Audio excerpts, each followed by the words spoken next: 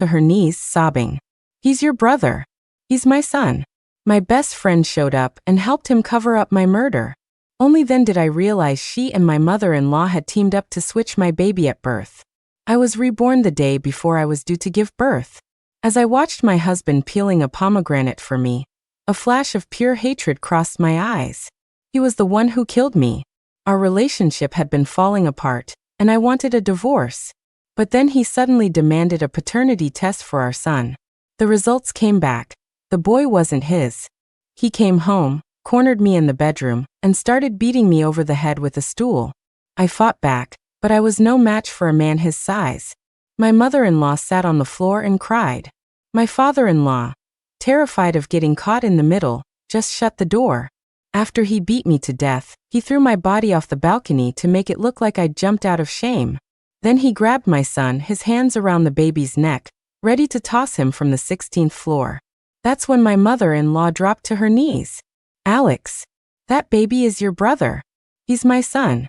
My best friend, who lived next door, showed up too. She helped Alex cover up the fact that he'd murdered me. My soul lingered in that apartment for 3 days, and I learned everything.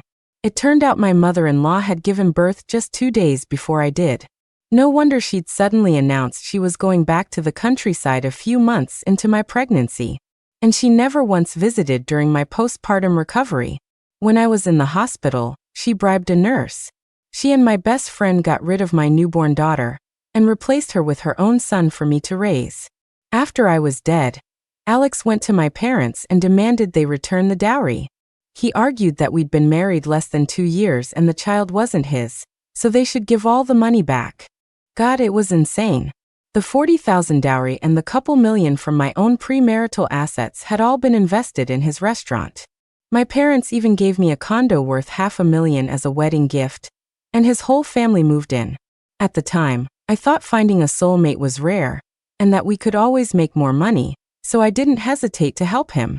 My parents, not knowing the truth, used their retirement savings to pay him back. Even so, they were relentlessly cyberbullied and eventually died destitute on the street. Meanwhile, Alex and my best friend, Jessica, used me to the very end. Even in death, I was trashed online as a promiscuous cheater who deserved everything she got.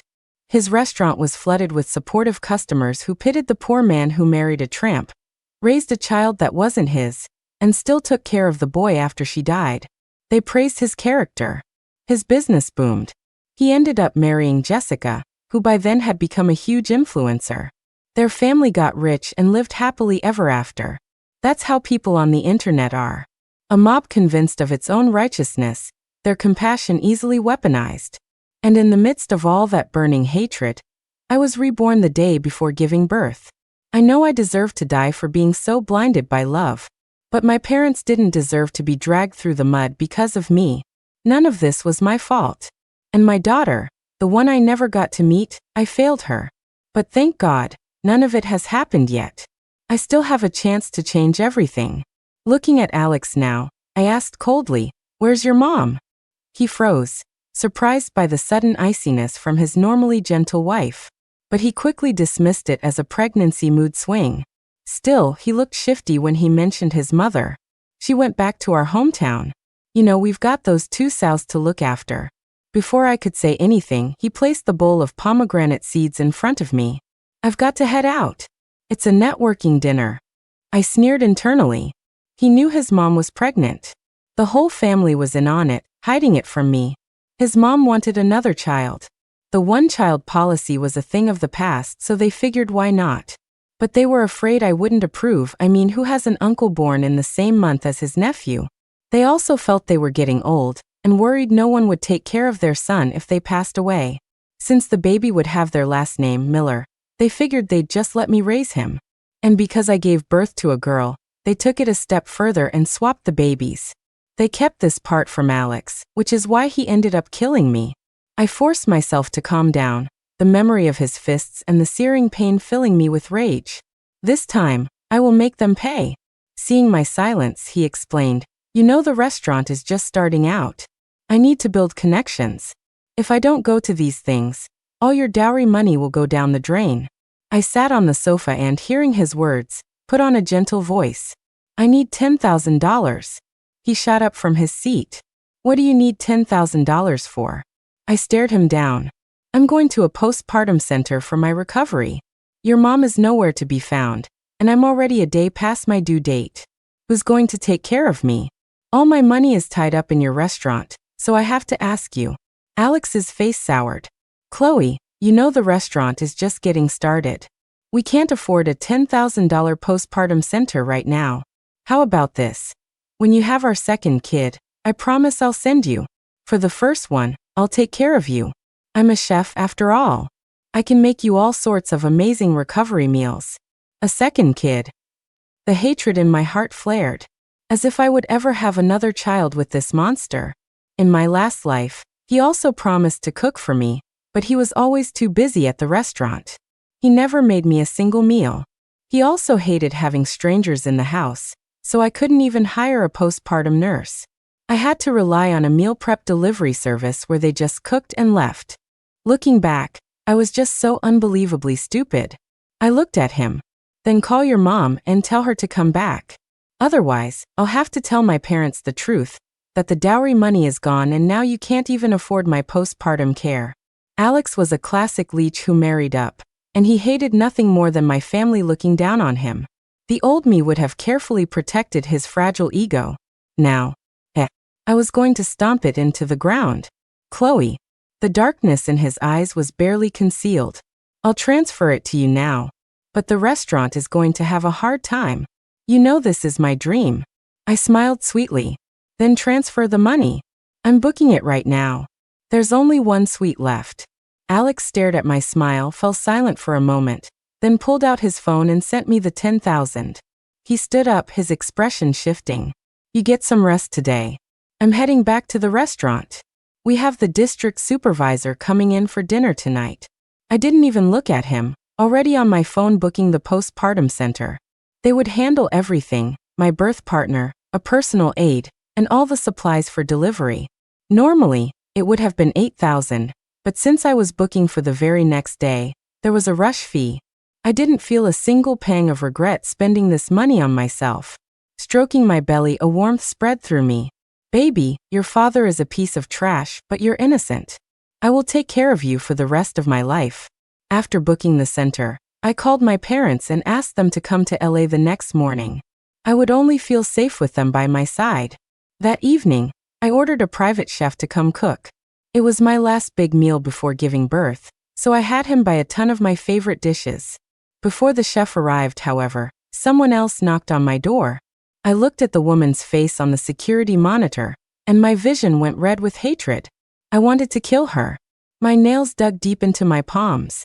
I closed my eyes, took a breath, and composed myself. When I opened the door, Jessica threw her arms around me. Honey, I've missed you so much. Did you miss me?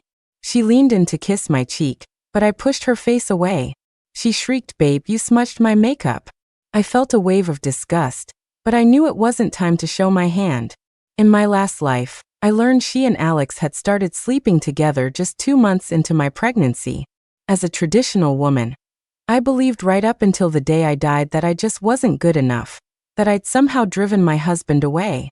How ridiculous that seems now. I looked at the foundation on my hand and sneezed. She realized she'd overreacted and quickly grabbed my hand. It's okay, it's okay. Guess what? I went to Starstruck Media today, and they're signing me tomorrow.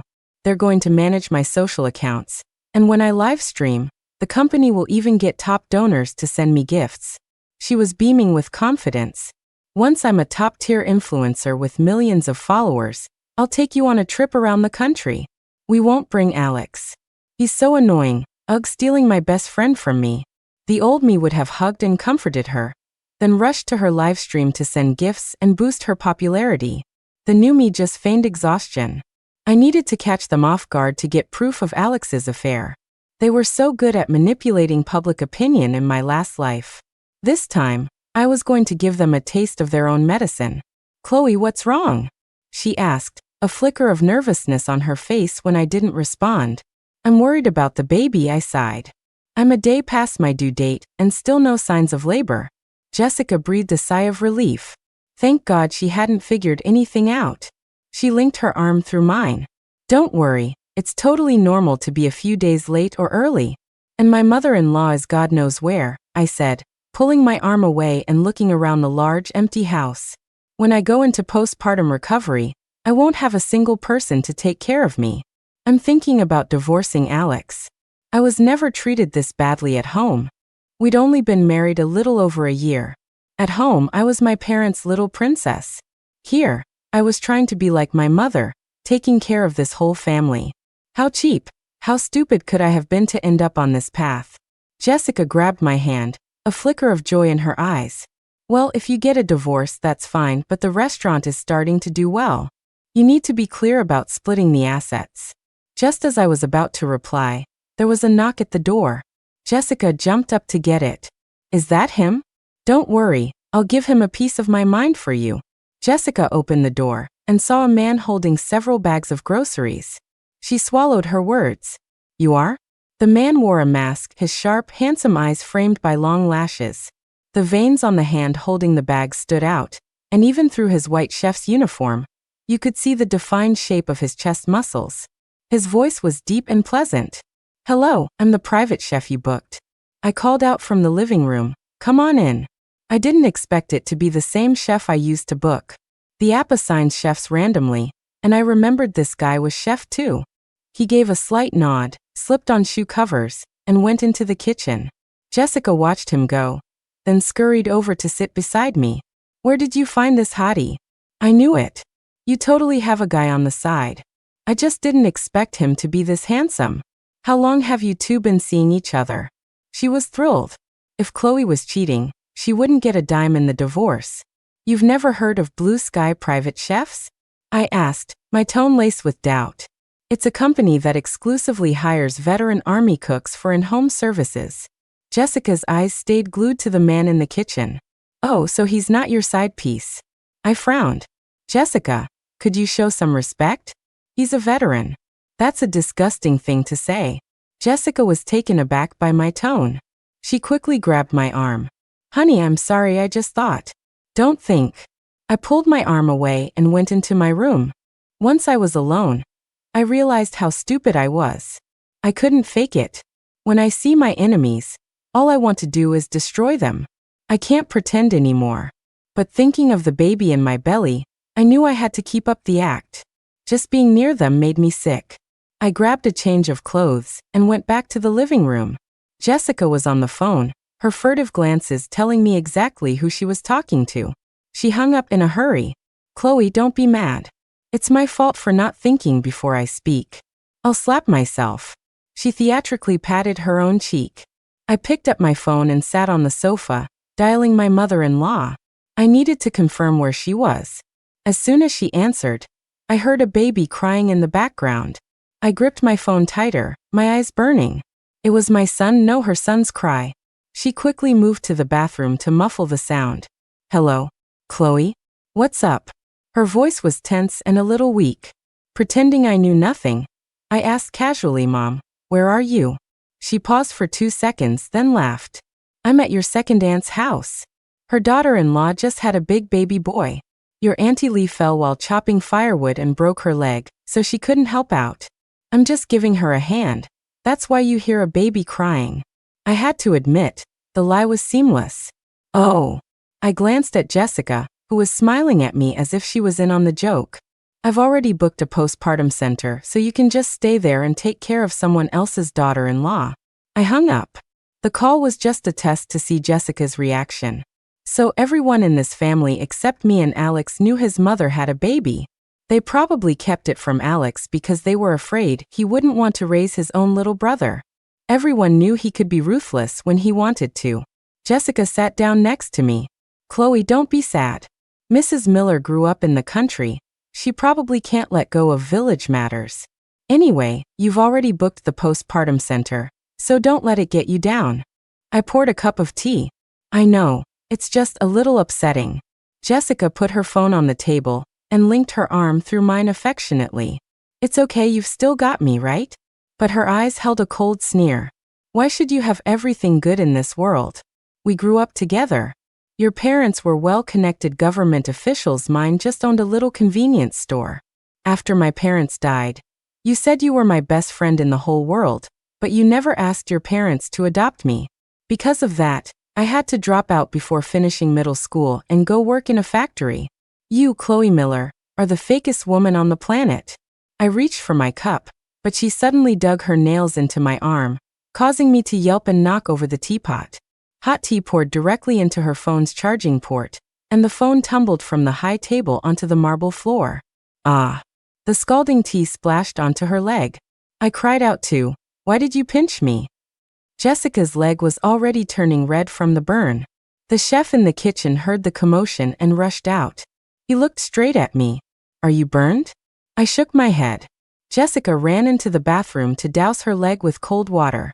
He nodded, then went back into the kitchen, completely ignoring the person who was actually burned. I was a little surprised by the look in his eyes just now, as if we'd known each other for a long time. I looked at Jessica's phone. The screen was shattered, and it was completely dead. When she came out, her eyes were bloodshot. It hurt so much, it's already blistering. Looking at her red leg, the old me would have felt terrible and sent her 500 to make her feel better. Now I just picked up the phone from the floor. This is all your fault. Why did you pinch me for no reason? Look, I still have nail marks on my arm.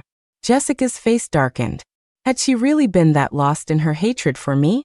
She forced a smile, but it faltered when she saw her broken phone. My new phone. She snatched it from me and, seeing it wouldn't turn on, stomped her foot in frustration. I just spent over $1,000 on this. I've only had it for a few days, and I haven't even backed up my files. She was getting frantic.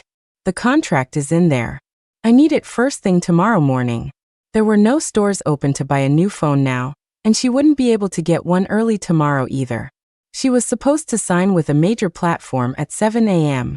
I didn't know what contract it was, but the more anxious she got, the happier I felt.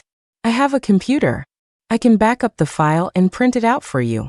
You can just take the hard copy tomorrow. I stood up. And I think Alex has an old phone you can use. Just put your SIM card in it. She visibly relaxed. Oh, that's great. Thank you, sweetie. I took her phone.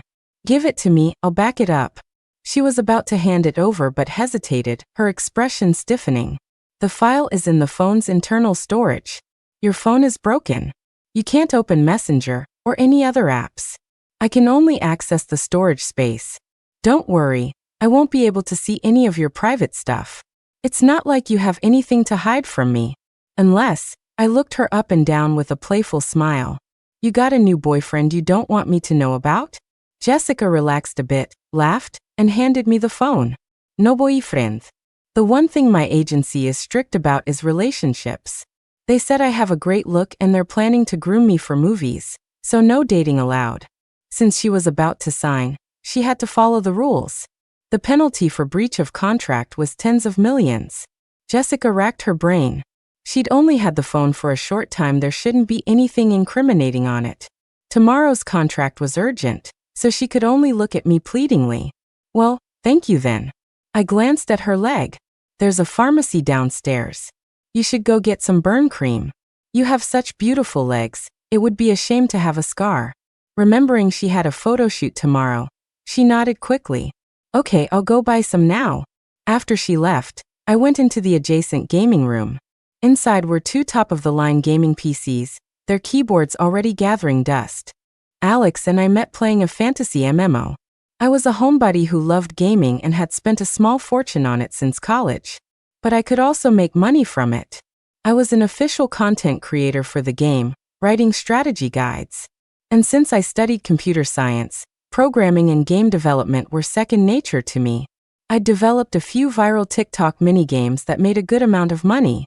Alex was just a low-level grunt in our guild. During his first guild war, he had the lowest damage output and got chewed out by the guild leader. Since we won anyway, I said a few words in his defense. It was just a game, no need to be so harsh. He added me as a friend to say thanks, and maybe because I was bored, I started chatting with him.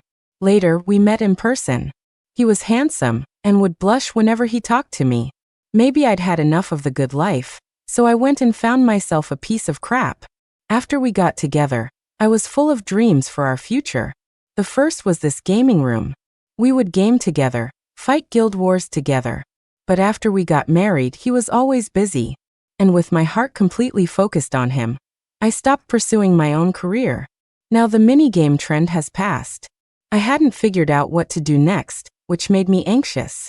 I started pinching pennies, no longer splurging on in-game purchases. I even switched from La Mer to Lancome. Really, sometimes I wonder what I was even thinking. For a fool like me to get a second chance at life, fate was truly too kind. I took her SIM card out and put it into the spare phone next to me. I got the verification code and restored her chat history. Then I started backing up the phone's contents. Just as the backup started, there was a knock on the door. I went out and took a $20 bill from a drawer. Everyone uses digital payments now. She'd get downstairs and realize she had no cash. I had anticipated this. I opened the door. Her face was flushed. No phone, no cash. They wouldn't sell it to me. I handed her the 20. I was about to call you back, but you ran off too fast. She looked at me. How's the phone? I shook my head. Still working on it. Because it was dropped, it'll probably take another 20 minutes to load. I don't know which folder you saved it in. Go buy the cream and we can look for it together when you get back. Okay. She immediately ran off again. Watching her hurried back, I thought she really is an idiot. She never cared about school, didn't even finish middle school. So easy to fool. If it weren't for the plastic surgery, she'd never have made it in the influencer game. I closed the door. As I passed the kitchen, I saw the chef, wearing an apron, chopping vegetables. I went back to the gaming room. The backup was complete. An idiot like Jessica would never know that her new phone could restore the chat history from her previous one. Looking at her chat history with Alex, my fists clenched. I called Jessica an idiot, but I forgot about myself. I was the biggest idiot of all. There's a quote that's gone viral recently. Don't blame your past self. Standing in the fog. She was just as lost as you are. So everyone does stupid things, they just don't want to admit it. After the backup finished, I put her SIM card back in her broken phone. Just as I finished, she came back and knocked. Everything was going according to plan. When a woman stops loving you, she becomes calm and clever. But as long as she loves you, she'll convince herself to accept everything about you, including your mistakes. And right now, all I felt for Alex's family and Jessica was hatred and disgust. Jessica eagerly followed me into the gaming room. When she saw that the screen only showed the file directory, she let out a sigh of relief and finally applied the burn cream. Is this the file? Yes, that's the one. The company's receptionist saved it for me. It's called WSSB. I glanced at it and printed it out. I had a printer right here. She looked at the printed document and finally smiled. This is great. I said to her, Alex took his spare phone with him. You can sleep here tonight. I'll have him bring the phone for you. Otherwise, you won't even be able to get a ride tomorrow. She nodded. It's a good thing I have you. Then she added apologetically, my nails were just bothering me earlier. That's why I accidentally pinched you. It's fine. I waved it off. Dinner's almost ready, let's go eat. I shut down the computer. She glanced at it, then followed me out of the room. Sitting on the sofa, she chattered on about influencer gossip. I used to find it interesting, but now it just bored me. When the meal was ready, the chef prepared to leave. He looked at the two of us, as if wanting to say something, but in the end, he just took the kitchen trash and left. This handsome chef's cooking is amazing. Jessica looked utterly satisfied. Send me his contact info. I'll book him to cook for me too. I just smiled and said nothing. After dinner, Jessica sat in the living room watching TV. Without her phone, she was bored. I checked the time, then went into the bedroom, saying I was going to take a shower. A moment after I closed the door, I heard voices from the living room. Jessica's here?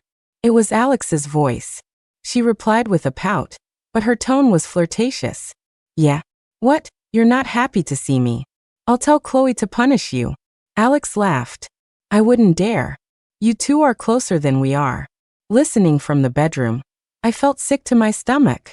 Jessica always acted like she despised Alex, so I never imagined she'd go after my husband. I never thought I was just a part of their little game.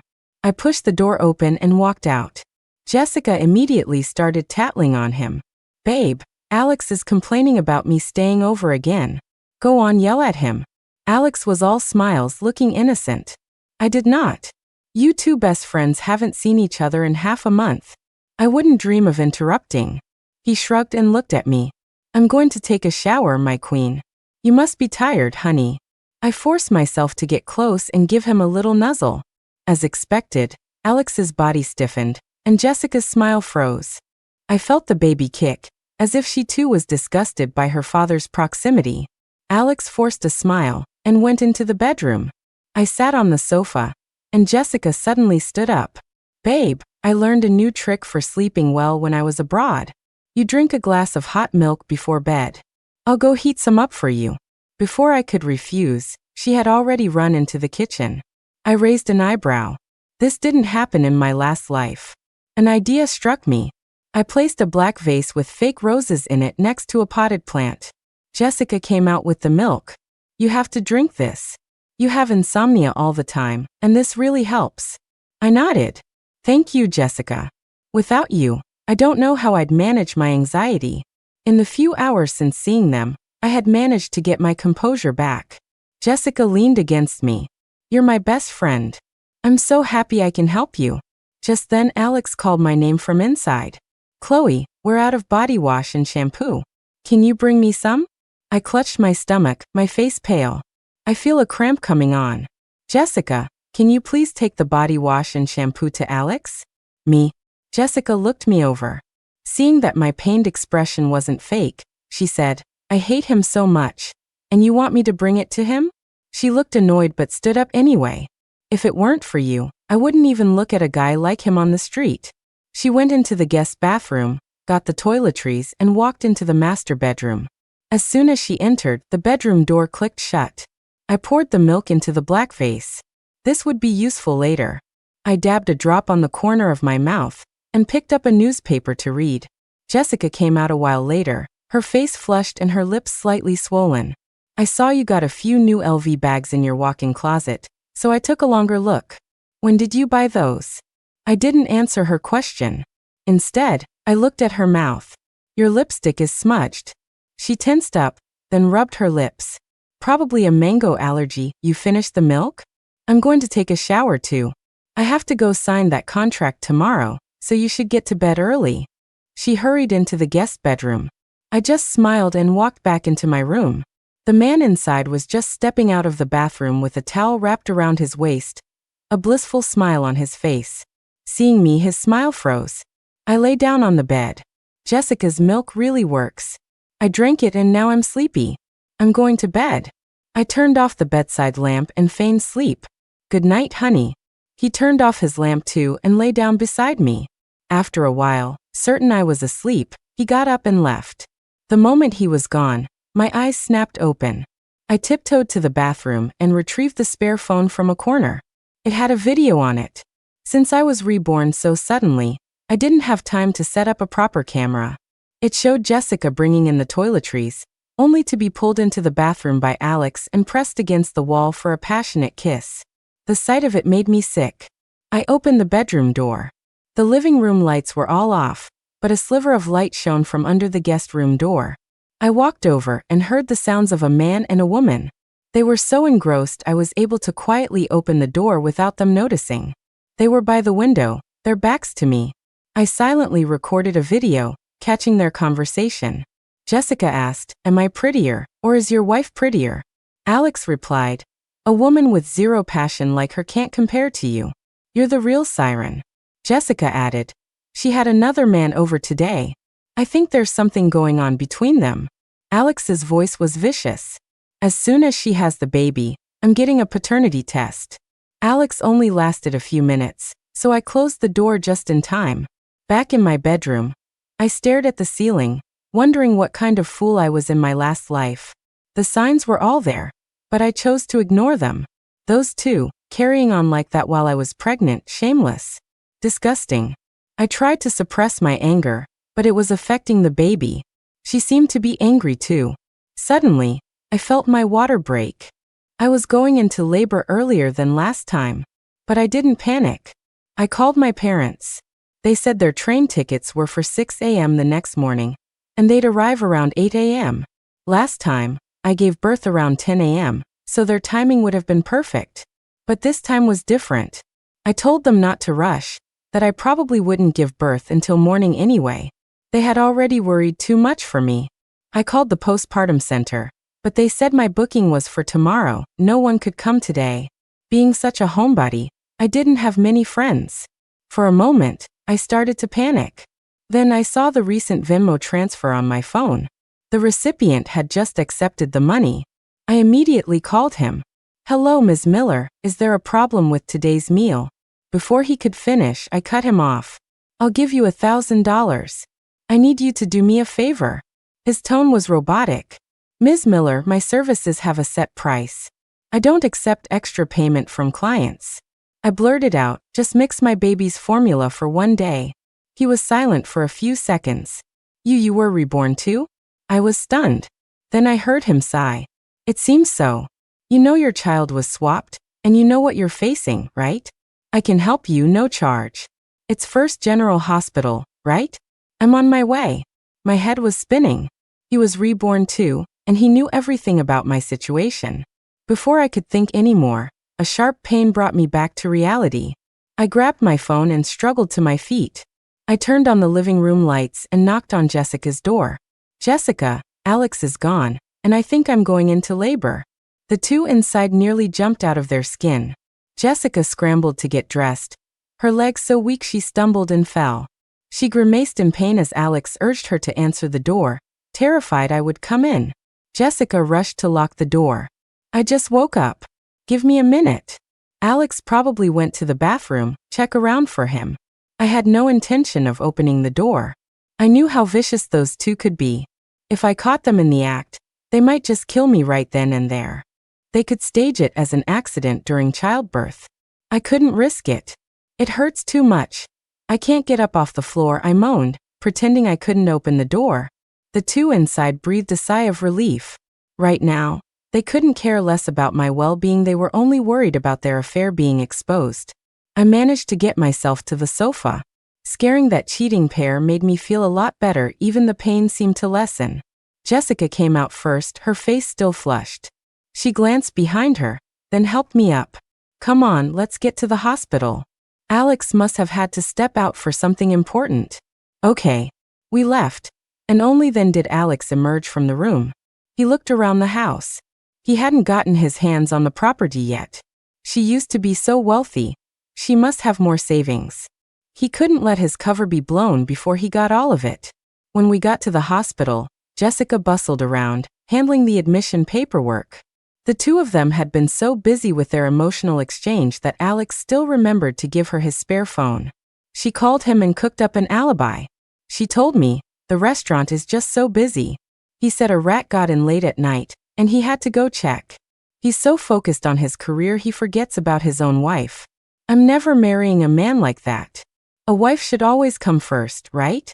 When he gets here, I'm going to give him a piece of my mind. She held up her phone. "I'm going to step out and call my boss, see if I can come in later tomorrow. Nothing is more important than you." Then she walked out. She went to the elevator bank and called my mother-in-law. "Auntie, she's about to give birth. You can bring the baby over. I've already taken care of the nurse, don't worry." "Thank you so much, Jessica. I wish you were my daughter-in-law." Jessica's heart swelled with pleasure. Aside from being born rich, what did Chloe have that she didn't? She returned to the room. The doctor said I had to be 3 centimeters dilated to go to the delivery room. I was already at 2. The pain made my face pale. Luckily, I had eaten and used the bathroom before coming, or I would have had no energy during labor, and might have made a fool of myself. Jessica had just walked in when a man followed her. He was tall, dressed in a technical jacket, and a mask made him look unapproachable. "You." Jessica recognized him. It was the chef. I looked at Leo, and the tight knot of tension inside me finally loosened. I said to him, "When I go into the delivery room, please remember to feed my baby her formula." He nodded. It's my job. Mixing formula and cooking were both about feeding people. Close enough. Jessica eyed us suspiciously, But just then a nurse pushed the door open. She checked me and said, "You can go to the delivery room now." I was nervous. Even though I'd been through this once before, the pain was still branded in my memory. I grabbed Leo's hand. "Thank you." He nodded. "Don't worry. I'll take good care of her." As I was being wheeled into the delivery room, Alex finally rushed in, carrying bags of supplies. Jessica, however, was focused on Leo, explaining that he was someone I'd hired to help with the baby. "The postpartum center has male staff?" Alex was surprised. Jessica replied pointedly, "He's a private chef. He and Chloe are very close." Alex's expression changed. He lunged forward and grabbed Leo by the collar. "Are you my wife's lover?" Leo was powerfully built, an ex-military man. Alex was no match for him. With a quick move, Leo had him pinned against the wall, his voice icy. "We're just friends. She's like a big sister to me. Unlike you, you animal, cheating on your wife while she's pregnant." Alex and Jessica both panicked. They never thought a stranger would discover their secret. What about Chloe? Did she know? Alex struggled against his grip, resorting to threats. "You're lying. I can sue you for slander." Leo released him and straightened his own shirt. "You know what you did." A piercing scream came from the delivery room. Jessica sat down on a bench, her heart pounding. Alex was about to yell at Leo again, but his phone rang. It was his mother, sobbing hysterically. "Son, your father was in a car accident on the freeway. Come quick. They're saying we have to pay $30,000. Alex was shocked. "Aren't you two back in the countryside?" She was still crying. "I was just thinking your wife was about to give birth, so I rushed back to help. Who knew we'd get into an accident?" Thinking of his father, Alex could only look at Jessica. "You stay here and look after Chloe. My dad's been in an accident. I have to go." "Okay." Jessica was more than happy for him to leave. Otherwise, he'd find out his baby was a girl, and it would be harder to swap them. Her plan all along was to win over Alex's mother. It was also to make Alex divorce Chloe and, more importantly, to make Chloe suffer. Losing her own child, raising someone else's. Ha ha ha, as long as Chloe was in pain, she was happy. With Alex gone, she needed to get rid of Leo. She poured a glass of water and handed it to him. "I don't know what your relationship with Chloe is, but thank you. Have some water." She accidentally spilled the water toward his pants, but Leo dodged it easily. The water ended up splashing all over her own pants instead. "What is wrong with you? I was nice enough to get you water, and you throw it on me," Jessica shrieked, glaring at him. Leo's voice was flat. "You poured the water. I find it dirty. It's fitting that something dirty ended up on you." Jessica gritted her teeth but couldn't leave. She had to sit there on the bench with her soaking pants.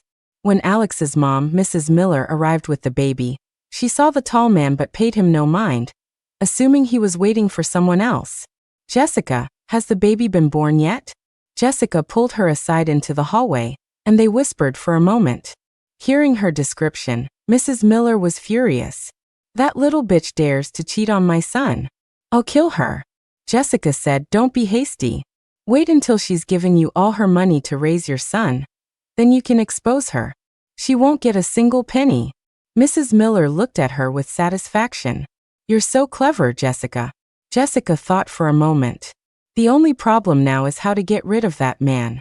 We can't swap the babies with him here. Let's go find hospital security." But before they could finish their plan, they heard a nurse from the delivery room calling for Chloe Miller's family. They rushed back out. The nurse holding the baby was the one they'd bribed. She walked toward them with the baby. The mother gave birth to a son. Everyone in the hallway heard it. A son. Mrs. Miller and Jessica moved to take the baby, planning to switch it with the one Mrs. Miller was holding. The swaddling cloths were identical. However, Leo stepped in front of the nurse. "I'm Chloe Miller's brother. She had an ultrasound. It was a girl. How did it suddenly become a boy?" His voice was loud. There was more than one nurse in the delivery room, including the head of the department, and even the woman in the next bed who had just given birth. Even if that mother had passed out, everyone else knew a baby girl had been delivered. Last time, they got away with it. This time it wouldn't be so easy. "Chloe Miller is my daughter-in-law. I know perfectly well whether she has a brother." You must be her secret lover." Ignoring their slander, Leo took the baby from the nurse and held her in his arms. He looked toward the end of the hall. "Ma'am, how long are you going to stand there and watch?" At that, several people emerged from around the corner. The nurse, Shaoli, froze when she saw them. It was the hospital director. The director's face was stern. She looked at the nurse. "This hospital will be pursuing legal action against you." The heads of the obstetrics department also looked grim. They couldn't believe something like this, swapping a baby, had happened in their hospital. Everyone else in the hallway was stunned. What was going on? Jessica and Mrs. Miller were dumbfounded. They never imagined this guy knew the hospital director, and even called her ma'am. The director glanced at the baby. "It is indeed a girl. Dr. He, you go with Leo and make sure the baby gets fed. I'll handle things here." "All right." Leo left with the head of obstetrics. He had arrived at the hospital early and gone straight to find his old squad leader's wife. Back when he was a new recruit, his squad leader had been a man of integrity, and his wife was no different, a career-driven woman, decisive and efficient. Jessica and Mrs. Miller were mortified as people pointed and whispered. They tried to slip away, but the nurse, Shaoli, sold them out. "Director, it was Chloe Miller's mother-in-law who wanted to swap the baby. It has nothing to do with me. I just misspoke about the gender." She knew if the director pressed charges, she'd face a huge fine and her career would be over. She never should have agreed to help Jessica. She'd done this horrible thing for a measly $500. The director's eyes were cold. "You didn't take any money?" Shaoli fell silent, dropping to her knees and begging the director not to sue. The director had already called security. As for Jessica and Mrs. Miller, the director couldn't do much about them. That was up to the mother herself. She just hadn't expected Leo to call her here for a new mother. Could that kid be? Unlikely. She'd introduced him to so many beautiful women, and he'd turned them all down. The director shook her head and went into the delivery room. When I woke up, it was all over. Leo was standing by the window, holding my baby and whispering to her. I faintly heard him say, "In our last life, I couldn't save you. This time, I could finally help. You need to grow up happy. Your mother has suffered too much." "Leo, thank you." Hearing my voice, Leo walked over with the baby. He looked at me. Jessica went to her company. "Your mother-in-law and Alex are arguing outside." He filled me in. Yesterday, to get Alex out of the house, Mrs. Miller had his father deliberately crash into another car. They'd picked a car that looked unfamiliar, thinking it wouldn't be expensive to repair, maybe a few thousand. It turned out to be a Rolls-Royce Cullinan, with damages over $30,000. Alex was in a panic. His parents, convinced nothing bad would ever happen, had no insurance. The cost was astronomical. He was thinking of asking me for the money. The police came, and in the end, the wealthy owner didn't even care about lost wages, so they only had to pay for repairs. Then he came to the hospital, only to walk into this mess. He found out his mother had given birth to his baby brother 7 days ago, and he nearly coughed up blood from the shock. Hearing all this made me feel fantastic, and even more grateful to him. But Leo looked at me and said, "I'm the one who should be thanking you." I was confused. "Why? You've probably forgotten me, but I've never forgotten you. When I was 17, my parents died, and my 10-year-old sister went missing. I was kneeling at the entrance to Grand Central Station, just begging for enough money to eat." He stared at me. "You gave me $200. You bought me a bowl of noodles and told me not to give up on life. You asked me about my sister and posted her information online for me." I was astonished that he remembered. That was 12 years ago. I had almost forgotten. I had just finished my college entrance exams and was traveling. I'd earned my first pot of gold as a freelance game coach and wanted to do something good for my karma, hoping for more good fortune. I saw a boy my age kneeling ramrod straight and felt a pang of sympathy. Many people told me I'd been scammed, but I didn't care. I even posted his sister's photo and information in our gaming guild chat, and people shared it widely. I never found out if she was found. Over time, I started to think I probably had been scammed, so I let it go. I never imagined that one small act would become my lifeline in this life. He took off his mask. "Yet 12 years. With the money you gave me, I enlisted in the army. After 11 years, I came back and started this private chef business, hoping to find you and my sister. I looked at him. Did you find your sister? He nodded. I did. I visit her on Memorial Day every year. His sister had passed away.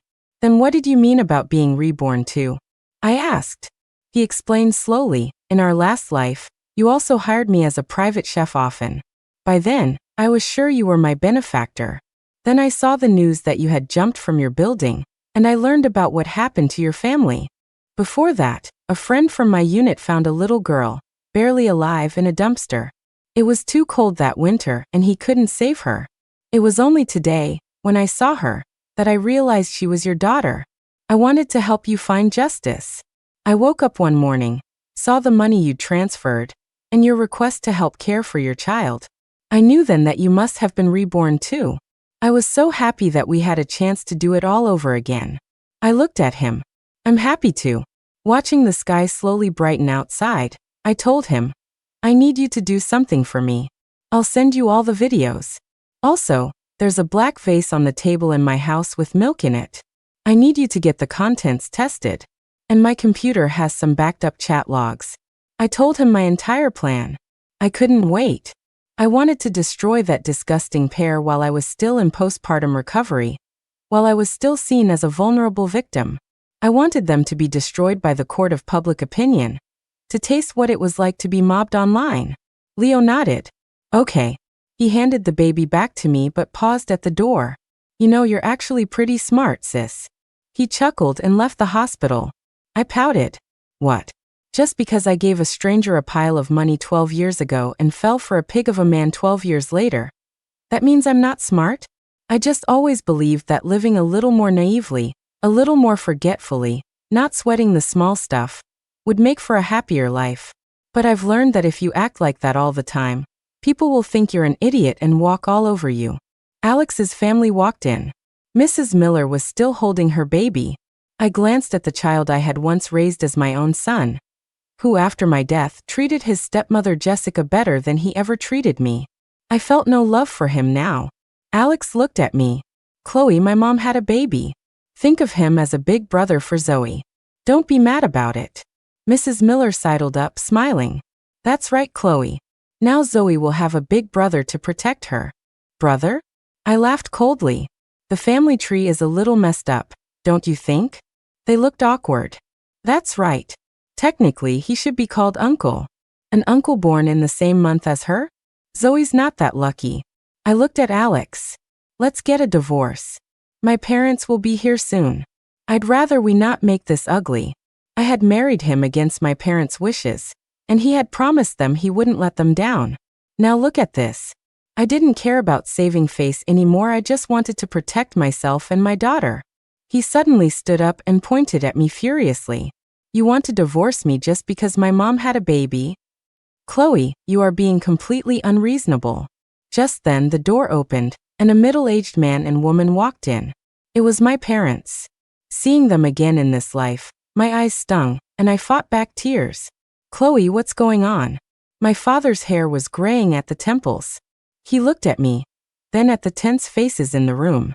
My mother ignored the others completely. She put down her bags and started talking to me. I bought some new clothes for the baby. She came over and held the baby, her eyes full of love. She looks just like you when you were little. The baby reached out for her and smiled. My mother was smitten. Good girl, Zoe. Happy to see your grandma, aren't you? Seeing the baby, so young, bond so quickly with her grandmother, Mrs. Miller's eyes filled with hatred. She knew her in-laws had always looked down on them, so she didn't bother speaking to them. Whose baby is that? My dad asked, noticing the child in my mother-in-law's arms. I answered directly, my mother-in-law's. She just had him a few days ago. My parents were stunned. They looked at Alex's family with pure anger. You people have no shame. With my parents here, I didn't need to pretend anymore. Dad, I want to divorce Alex. Every extra day I had to act around his family felt disgusting. My parents said in unison, divorce him. I was so moved. That's right. It was broad daylight, my father was here, and I had to be strong for my daughter. My father-in-law tried to mediate. My dear in-laws, let's talk about this. If the kids don't want to take care of us, we can go back to the countryside ourselves. But this child has been born. He's a Miller. We can't just abandon him. My dad shot back. Did you consult my daughter before you had this child? My mother-in-law was indignant. Well, she wouldn't have agreed. I finally have a son in my old age, and she just gave birth to a good-for-nothing girl. My mom lunged at her and started hitting her. You're the good-for-nothing. You old hag, you're the good-for-nothing. My daughter and my granddaughter are not. Aw. The scene devolved into chaos. In the midst of it, Alex walked over, plucked a hair from my daughter's head, and quickly left. He was deeply suspicious today. That man helping her with the baby, cooking for her in our home, Jessica said they'd been close for a long time. He suspected the child wasn't his. If she cheated, he would make her suffer a fate worse than death. My daughter started wailing. My mom rushed to comfort her, and when Mrs. Miller tried to intervene, my dad kicked her away. My dad had taken up weightlifting and gymnastics in the park after retiring. He was surprisingly strong. Finally, hospital staff came in and made Alex's family leave, and things calmed down. I told my parents I'd had a dream and told them about Alex's affair, explaining that I had all the proof. My mom wept, heartbroken that I had suffered so much. The next time the Millers returned to my hospital room, I was already gone, checked into the postpartum center. I stayed at the center for 3 days. The Millers never came. Alex was still waiting for the paternity test results, convinced the baby wasn't his. Jessica tried to visit, but she was turned away at the door and never saw me. Leo had gone to my house that day, got the drugged milk tested, and organized all the evidence. He came to the postpartum center and sat across from me. Chloe, what's your plan? Without hesitation, I hired an expensive lawyer. I'm taking them straight to court. I couldn't wait. Every extra day felt disgusting. The things they did to me in my last life hadn't happened yet in this one, but that didn't mean they wouldn't. I wasn't going to get a third chance. I wanted to use my position as a vulnerable, postpartum mother to have them torn apart online. Let them see what it feels like to be the target of a witch hunt. When the story of Alex and Jessica broke, the internet exploded. Jessica had just signed with a major agency, and her live streams over the past 3 days had raked in hundreds of thousands. People loved the cheerful, beautiful girl. They never expected her to be the type to ask in bed, "Am I prettier than your wife?" She was now facing a massive breach of contract penalty. Alex's paternity test results also came back. He came looking for me, but I refused to see him. Zoe was, indeed, his biological daughter. But I had never changed my official residence, so I registered my daughter under my family's household. Alex's restaurant was boycotted. Women all over the internet empathized with my story and came to my defense. Give the woman her money back. Leech. A whole family of vampires. Her best friend drugged a pregnant woman with sleeping pills? Are you even human? This is why influencers should be banned. Any piece of trash can get rich. What kind of values are you teaching kids? To all the sisters who say you don't need a dowry, how's that working out for you? I see people blaming Chloe. So in this day and age, being sincere gets you betrayed, and trying to build a better family makes you stupid. Wake up, sisters. Other women are warning you with their lives. This is why the dowry money is for the woman to keep for herself, to use when she needs it. If you invested in a man, he'll think you're worthless and treat you even worse. I'll say it again, sisters, do not marry down. Don't do it. Let these leeches rot. This whole family is terrifying. The mother-in-law is that old and has a baby for her daughter-in-law to raise? When you die, your youngest son will still be in high school, and your daughter-in-law will have to take care of him. What a brilliant plan. There's no hiding for scumbags and home wreckers. With everyone's help, I won the case. In court, Alex admitted to the affair. Of course, with the chat logs and videos I had, he had no choice. I was granted full custody of our daughter, and he was left with nothing.